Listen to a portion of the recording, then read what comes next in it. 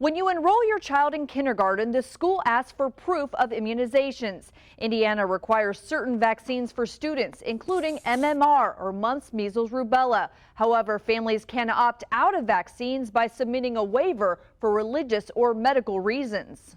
Data shows more than 500 kindergartners submitted religious or medical exemptions for the 2017-18 school year, including both public and private schools. Statewide, by the end of that school year, 95% of Indiana students had complete immunizations, 3% were in progress, 1.5% had a religious exemption, and 0.3% had a medical exemption.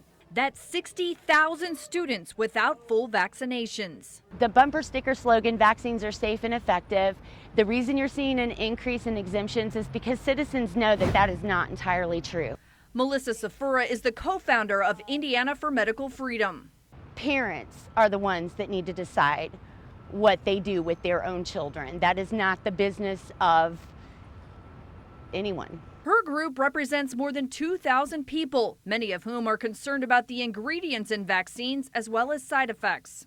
So it's just very important that we preserve our right to say no to what's being injected into our bodies and the bodies of our children. Has anyone ever accused you or your group of causing these outbreaks? Of course, that's the first thing they do. Sephora says another reason parents are hesitant to immunize, people vaccinated with MMR are still getting the mumps. So there is a failure with that particular vaccine, the MMR.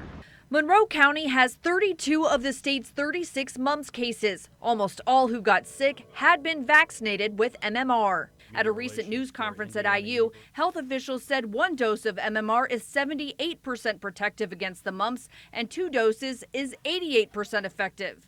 2 former Merck scientists filed this federal lawsuit accusing the maker of the MMR vaccine of falsifying test results and overstating the effectiveness against the mumps.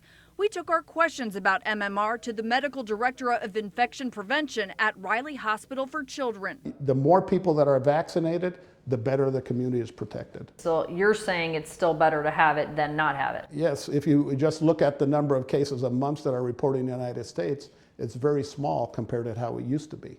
Dr. John Christensen also points out MMR is extremely effective against the measles, 97% with 2 doses, according to the CDC.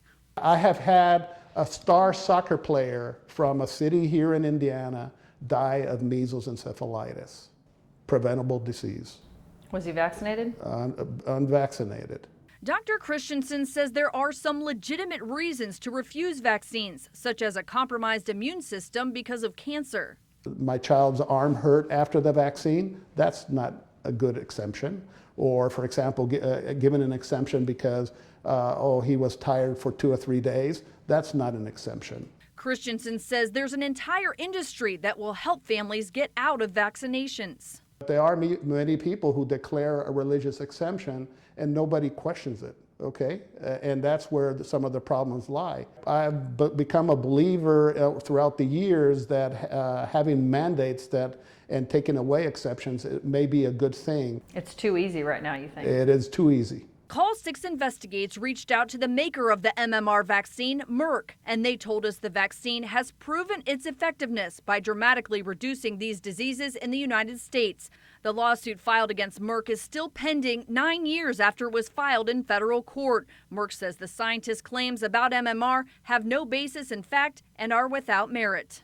In addition to required vaccines, Indiana also has a list of recommended vaccines, including the flu shot and HPV. If you have questions, you can talk to your doctor or research on the FDA's website. Kara Kenny, RTV6.